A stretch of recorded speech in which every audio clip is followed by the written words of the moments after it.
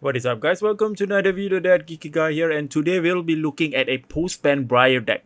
So there's not much of a difference between post and pre because the pre one was using Skeleta. So now we are trying to actually utilize Tunic, and then let's see how we can do it more efficiently by making sure that we spend the resource on Tunic, in the best way possible.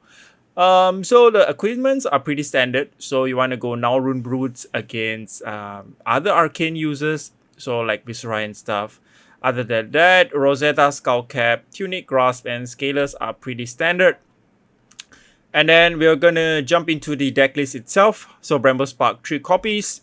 You should be able to fuse pretty consistently with this deck because there's quite a number of Earth card, I believe, more than 20.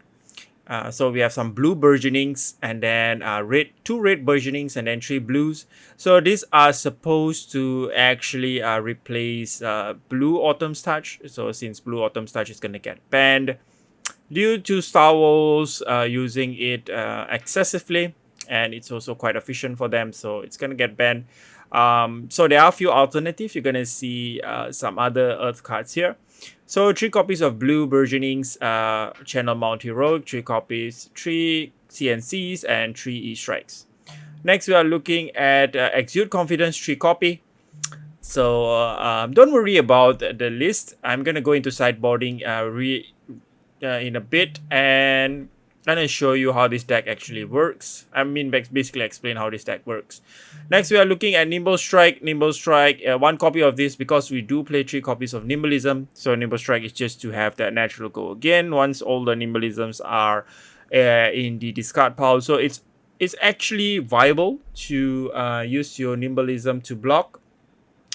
And also, it's possible that you drew up the Nimbleism during your first turn, and then, you just use it to defend if you're going second, and then, just play it out as soon as possible. It is also possible to play Nimbleism and then Nimble Strike, then banish the Nimbleism by closing the chain, giving Nimble Strike go again. So those are all viable strats.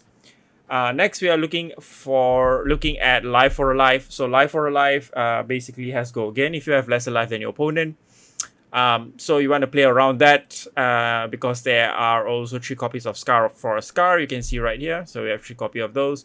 So you want to play around your life total. See if you can get down your opponent.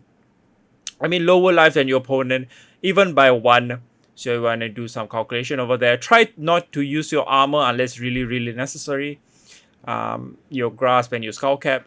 Next, we are looking at 2 copies of Lightning Press. So just to add more damage, and then Lightning Surge, play it out of your arsenal for some natural go against. 3 copies of Rebel, 3 copies of Staka, pretty box standard, and then 3 copies of Revel in Runeblood. So depending on your matchup, if you are going against a highly disruptive deck, you might want to cut down on Revels because to play Revel, you basically need an attack and non-attack action. So you might not be able to play if you are going against classes like Star Wars and Guardians and stuff. So depending on your mood or depending on your matchup and stuff, so you might want to take a look at Revel. Try to cut down by 2. Go with 1 Revel if you're not comfortable or think the game is going to slow down due to heavy disruptions. Else, you can just play 3. Arsenal this card and then try to go from there. 3 copies of Nimbleism, 2 copies of Runic Reclamation, only play this against Prism. Nimbleism is pretty self-explanatory. 3 copies of Sonata, very good card for Runeblade. Pulse of Candlehole, excellent fuse card, just to get back all your stuff, like your mountains, your Force of Natures, your Burgeonings. And then we are looking at 3 copies of Vigor Rush, natural go again. Super easy, play non-attack, go again. You can even, let's say you want to go for a Sonata, pitch a blue, play Vigor Rush, and then you can even Rosetta after that. 3 copies of Sing Below, play this against Warrior, Star Wars, and just to mitigate some of those damage against Guardians, you want to play this. And then 3 copies of Snatch, 3 copies of Force of Nature, Breakdown 3 copies. So these are some of the blue fuse cards. So tomorrow, Earthlaw Surge, I have green 2 copies. 3 copies of Tomb of Harvest and Gorganium Tomb. So Gorganian, depending on how you're feeling. If you're going against a Briar mirror match, you might want to cut this down, or if you're feeling lucky, you can just arsenal this and wait until your opponent plays out before playing it. So it all depends on how it goes. Now let's take a look at the sideboard here. So if you, I can divert your attention to the right hand side. We are looking at 3 copies of Sing Below. So this is not in the main deck. So the main deck is roughly 65, 64, 65. So very close to 60 because we want the mount to come out as soon as possible. You can cut that even more if you're feeling that the mount is coming out a bit too slow. But it should appear in about round 1, I mean turn 1 to 3. If it's not, then you're basically it's your bad luck. So the objective of the deck is basically get channel mount as soon as possible. And then we are looking at 3 copies of Sing Below for the sideboard. Lightning Press, if you feel that you need more damage to close out games. Revel in Root Blood against aggro decks is pretty cool because they don't really blocks and you want to actually pump up more damage. 3 copies of Life for a Life. So against aggro decks, pretty good. Once again, if you're lower life than your opponent, this is pretty good. Command and Conquer, and of course, so Command and Conquer is in the sideboard because against Star Wars, you don't really want to play Command and Conquer. If you are against other classes, Command and Conquer is pretty good. Not against Olheim and also Star Wars. So against Crown users, you want to change this up. Maybe swap out a Command and Conquer. If you want to play Command and Conquer, feel free to swap it out with something like Exude Confidence, or maybe if you're feeling it, you can even swap it out for. By the way, Runic Reclamation is supposed to be in the sideboard. Only play this against Prism.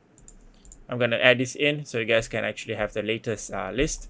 And then once again, now Rune Boots. So that's pretty much it, guys. It's pretty standard. Just make sure that your deck is close to 60 as possible. Get the mount out as soon as possible. You should be able to keep the mount at least 2 turns if you pitch it correctly because there are sufficient blue earth cards. So just be careful with pitching and stuff, and you should be golden.